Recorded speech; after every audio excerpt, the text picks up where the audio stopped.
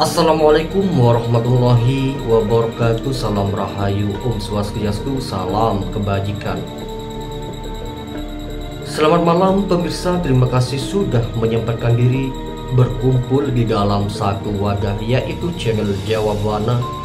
Tentunya selalu berbagi informasi, pengetahuan dalam jejak sejarah Nusantara. Sebelum melangkah ke topik pembahasan, silakan tekan tombol subscribe agar channel ini terus hidup dan makin berkembang. Kali ini channel Jawabuana akan membahas sejarah dan asal-usul Kabupaten Gianyar, Provinsi Bali. Kabupaten Gianyar, Provinsi Bali terdiri dari 7 kecamatan, 64 desa, dan 6 kelurahan. Batas wilayah Kabupaten Gianyar berbatasan dengan Kota Denpasar di barat daya, Kabupaten Badung di barat, Kabupaten Bangli di sebelah utara, dan Kabupaten Klungkung di sebelah timur. Untuk melihat sejarah selengkapnya, mari saksikan video berikut ini sampai tuntas. Kabupaten Gianyar adalah sebuah wilayah kabupaten yang terletak di Provinsi Bali, Indonesia. Sejarah Kabupaten Gianyar ditetapkan dengan Peraturan Daerah Kabupaten Gianyar Nomor 9 Tahun 2004, tanggal 2 April 2004 tentang hari jadi Kabupaten Gianyar. Tepatnya 252 tahun yang lalu, 19 April 1771, ketika Gianyar dipilih menjadi nama sebuah keraton putri agung, yaitu Istana Raja oleh Ida Dewa Manggis Sakti, maka sebuah kerajaan yang berdaulat dan otonom telah lahir, serta ikut pentas dalam percaturan kekuasaan kerajaan-kerajaan di Bali. Sesungguhnya berfungsinya sebuah keraton, yaitu Putri Agung Gianyar, yang telah ditentukan oleh syarat skala niskala yang jatuh pada tanggal 19 April 1771 adalah tonggak sejarah yang telah dibangun oleh Raja Gianyar I, Ida Dewata Manggis Sakti, memberikan syarat kepada kita bahwa proses dan ada itu bisa ditarik ke belakang masa sebelumnya atau ditarik ke depan masa sesudahnya. Masa kerajaan berdasarkan bukti arkeologis di wilayah Gianyar diperkirakan bahwa munculnya pemukiman manusia di Gianyar terjadi sudah sejak 2000 tahun yang lalu, dengan ditemukannya situs perkakas atau artefak berupa batu, logam, perunggu, berupa nikara, bulan pejeng, relief-relief yang menggambarkan kehidupan candi-candi atau gua-gua di tebing-tebing sungai Pakerisan. Setelah bukti-bukti tertulis ditemukan berupa prasasti di atas batu atau logam, teridentifikasi situs pusat-pusat kerajaan dari dinasti Warmadewa di Keraton Singa Mandawa. Bedahulu, setelah ekspedisi Gajah Mada kerajaan Mojopahit dapat menguasai Pulau Bali, maka di bekas pusat markas laskarnya didirikan sebuah keraton Samprangan sebagai pusat pemerintahan kerajaan yang dipegang oleh 5 raja Bali, yaitu Raja Adipati Ida Dalem Krenga Kepakisan, yaitu pada tahun 1350 sampai tahun 1380 sebagai cikal bakal dari dinasti Kresna Kepakisan. Kemudian keraton Samprangan mampu bertahan selama lebih kurang 3 abad. Kemudian dilanjut oleh Ida Dalem Ketut Ngolesir, yaitu pada tahun 1380 sampai tahun 1460. Kemudian dilanjutkan oleh Ida Dalem Waturenggong, yaitu pada tahun 1460 hingga sampai tahun 1550.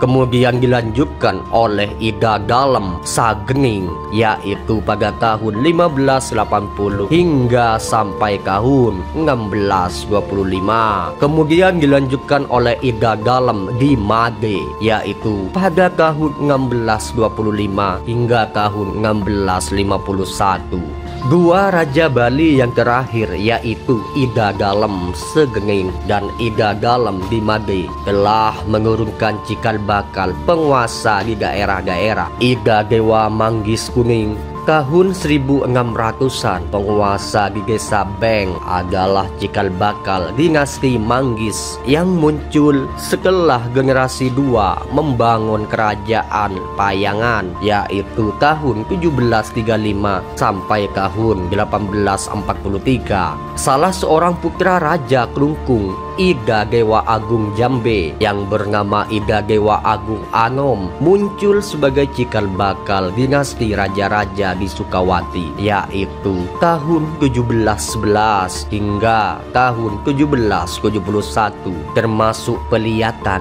dan Ubud. Pada periode yang sama yaitu periode Gel-Gel muncul pula penguasa-penguasa daerah lainnya yaitu I Gusti Ngurah Jelantik menguasai Belah Batu dan kemudian I Gusti Agung Maruti menguasai daerah Kramas yang keduanya adalah keturunan Arya Kepakisan. Masa kolonialisme, dinamika pergumulan antara elit tradisional dari generasi ke generasi telah berproses pada momentum tertentu. Salah seorang di antaranya sebagai pembangunan kota keraton atau kota kerajaan pusat pemerintahan kerajaan yang disebut Gianyar. Pembangunan kota kerajaan yang berdaulat dan memiliki otonomi penuh adalah Ida Dewa Manggis Sakti, generasi keempat dari Ida Dewa Manggis Kuning. Sejak berdirinya Puri Agung Gianyar pada tanggal 19 April tahun 1771 sekaligus ibu kota pusat pemerintah kerajaan Gianyar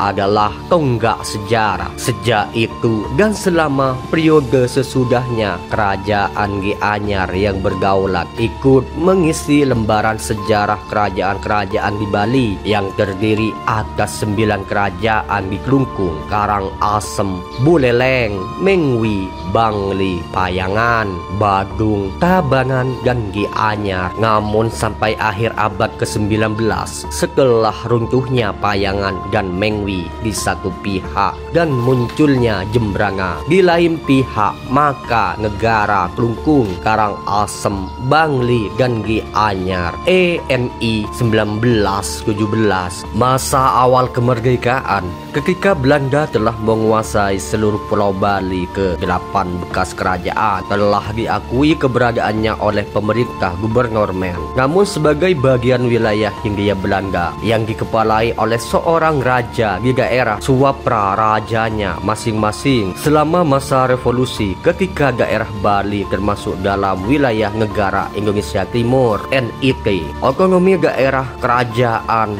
Suwapraja ke dalam sebuah lembaga yang disebut OKA. Raja Gianyar diangkat sebagai ketua dewan raja-raja menggantikan tahun 1947. Selain itu pada periode NIT, dua tokoh lainnya yaitu Jokorde Gede Raka Sukawati Puri Kantor Ubud menjadi presiden NIT dan Ida AA Gede Agung menjadi Perdana Menteri NIT ketika Republik Indonesia Serikat kembali ke negara kesatuan pada tanggal 17 Agustus 1950. Maka daerah-daerah di seluruh Indonesia dengan dikeluarkan Undang-Undang Nomor 1 Tahun 1957 yang pelaksanaannya diatur dengan Undang-Undang Nomor 69 Tahun 1958 yang mengubah daerah Swatantra tingkat 2. Nama Daswati II berlaku secara seragam untuk seluruh Indonesia sampai tahun 1960. Setelah itu diganti dengan nama daerah tingkat 2 Dati 2. Namun Bupati Kepala Daerah tingkat 2 untuk pertama kalinya dinilai pada tahun 1960. Bupati pertama di Dati 2 Gianyar adalah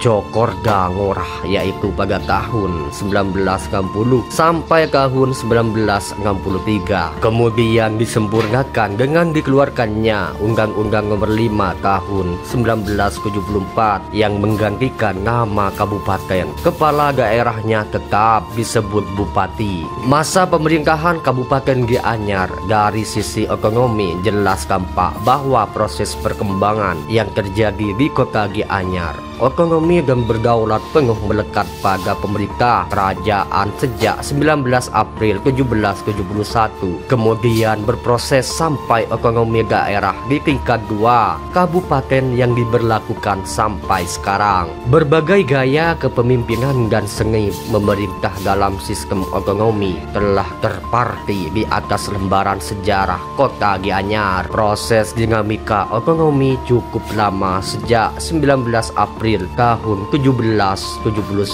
sampai 19 April 2023 hingga saat ini. Sejak kota keraton dibangun menjadi pusat pemerintahan kerajaan yang otonomi sampai sebuah kota kabupaten, nama Gianyar diabadikan. Sampai saat ini telah berusia 252 tahun. Para pemimpin wilayah kotanya dari raja sampai bupati memiliki ciri dan gaya serta seni memerintah sendiri-sendiri di bumi seniman. Seniman yang senantiasa membumi di Gianyar dan bahkan mendunia. Pemirsa, informasi tadi tentang sejarah asal-usul Kabupaten Gianyar, Provinsi Bali mengakhiri perjumpaan kita malam ini. Kami channel Jawabanna pamit undur diri. Salam Rahayu, Om Swastiastu, salam kebajikan. Assalamualaikum warahmatullahi wabarakatuh.